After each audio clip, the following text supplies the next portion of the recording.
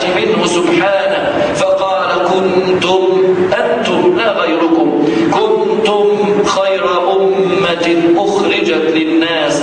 فانظر إلى ذلك البناء للمفعول يحدثك وينبئك عن موضع العناية الربانية ومحل الرحمة الإلهية. أخرجت، لم تخرج بنفسها، لم تنبت بنفسها، وإنما أخرجكم الله، أنبتكم الله، رعاكم الله، سقى زرعكم الله، حتى خرجت تلك الأمة وقد استوت على سوقها تعجب الزراع لتغيظ بهم الكفار.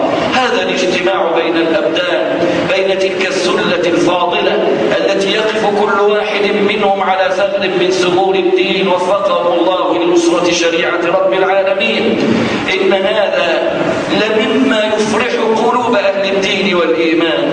ومن وجد في قلبه غصة أو شيئا أو بعض غيظ فليتهم دينه وليتهم إيمانه وليتهم ذلك الذي في قلبه. نختلف،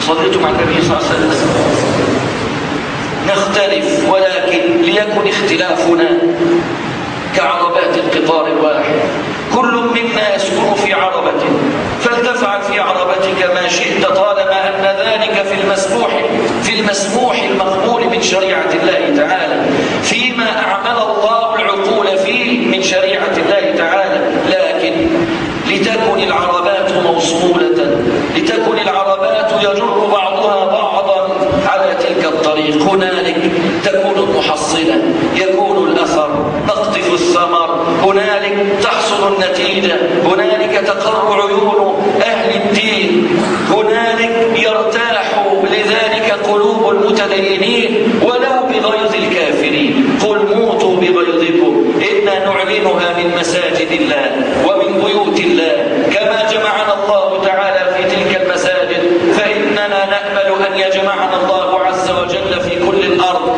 فإن الله قال لنبيه، وعد نبيه صلى الله عليه وسلم وعودا وأعطاه شرفا، ومن ذلك أنه جعل الأرض كلها مسجدا. فإننا لا نجتمع في مسجد ونرضى أن نحبس من خلال جدرانه خلف حيطانه، وإنما كذلك نريد أن نجتمع في كل الأرض لنعلن الناس، لنصرخ بها لا إله غيره ولا رب سواه، وأن شريعة الإسلام إن الله لا يقبل إلا شريعة الإسلام، إن الدين عند الله الإسلام، ومن يبتغي غير الإسلام دينا فلن يقبل منه وهو في الآخرة من الخاسرين. نقول ذلك اعتقادا بقلوبنا، ومع هذا فإننا نبسط بأيدينا، ولنا في الله تعالى المثل وليس كمثله مثل سبحانه وتعالى. يسيء المسيء ويعصي العاصي ويخالف المخالف،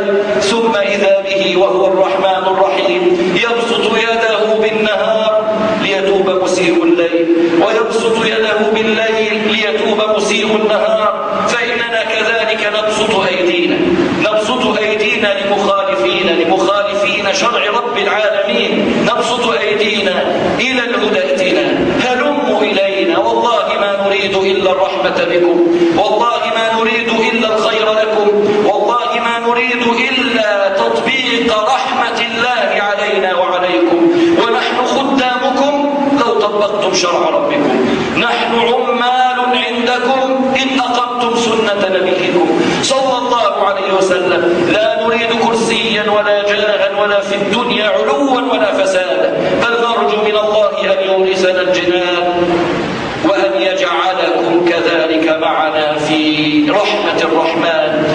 نسأل الله عز وجل أن يبيض تلك الوجوه، وأن يجزي مشايخنا وإخواننا وأساتذتنا خير الجزاء على ذلك المسعى، وإن مجيئهم إلى بيت الله، نحن جميعا ضيوف في بيت الله تعالى، وهذا المجيء إن شاء الله تعالى يكتبه الله تعالى في الحسنات، وجمعنا